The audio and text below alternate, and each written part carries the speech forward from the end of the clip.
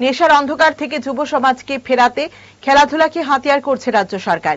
সেই লক্ষ্যে চণ্ডীপুর বিধানসভা কেন্দ্রের দেউড়াছড়ায় তৈরি হচ্ছে ফিফা অনুমোদিত ফুটবল টার্ফ সিস্টেম মাঠ। নির্মাণ ব্যয় 5,36,00,000 টাকা। অর্থায়নে রয়েছে জনজাতি কল্যাণ দপ্তর।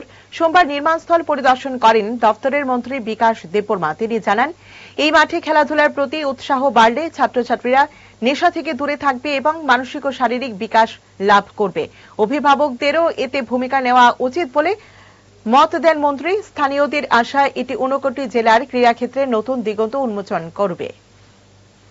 এখানে আমাদের ট্রাইবাল ওয়েলফেয়ার ডিপার্টমেন্টের মাধ্যমে 3টা স্পোর্টস স্কুল সিনথেটিক ফুটবল মাঠ আমাদের করা হয়েছে।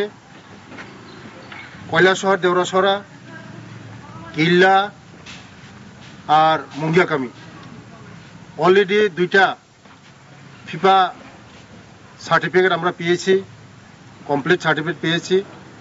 তাদের যে আপডেট টেস্টিং সব আমরা সার্টিফিকেট পেয়েছি।